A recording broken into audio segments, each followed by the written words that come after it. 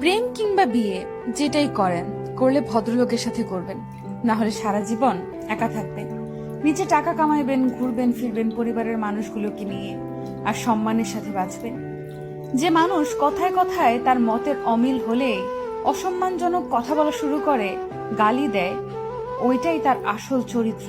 এমন মানুষগুলো খুবই ভয়ানক। যাদের মধ্যে নম্রতা ভদ্রতা আছে, সে গালাগালি করে না বা অসম্মানজনক কথাবার্তা বলে না। এমন মানুষগুলোকে ছাড় দিয়ে যত চলবেন, ভালোবাসা দেখাতে যাবেন, নিজের লস।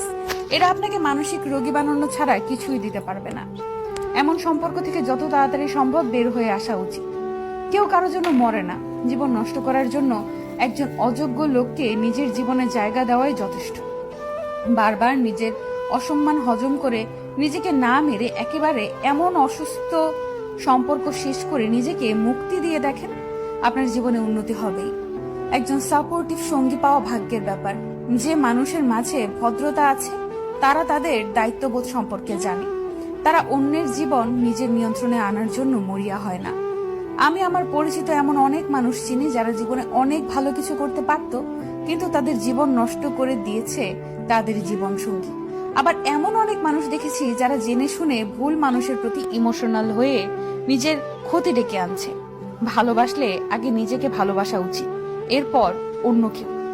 ভালোবাসা যদি ভালো থাকাই কেড়ে নেয়, এমন ভালোবাসা দিয়ে কি করবেন?